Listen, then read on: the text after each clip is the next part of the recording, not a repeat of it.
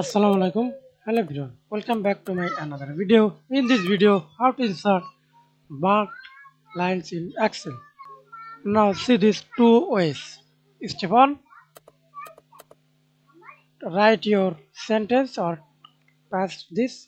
Hold Alt press enter. Hold Alt press enter. Okay. Now see this multiple.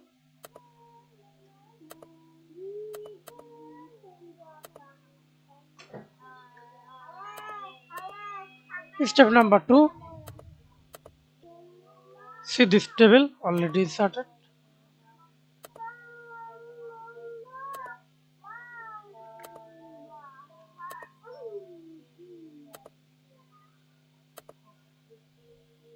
Okay, now insert this rows or column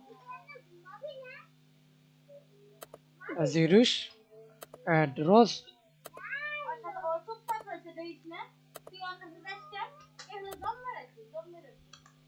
present your number, insert 5. I insert this below the selection. Okay, now click OK. Thanks for watching video. Please subscribe to my channel, like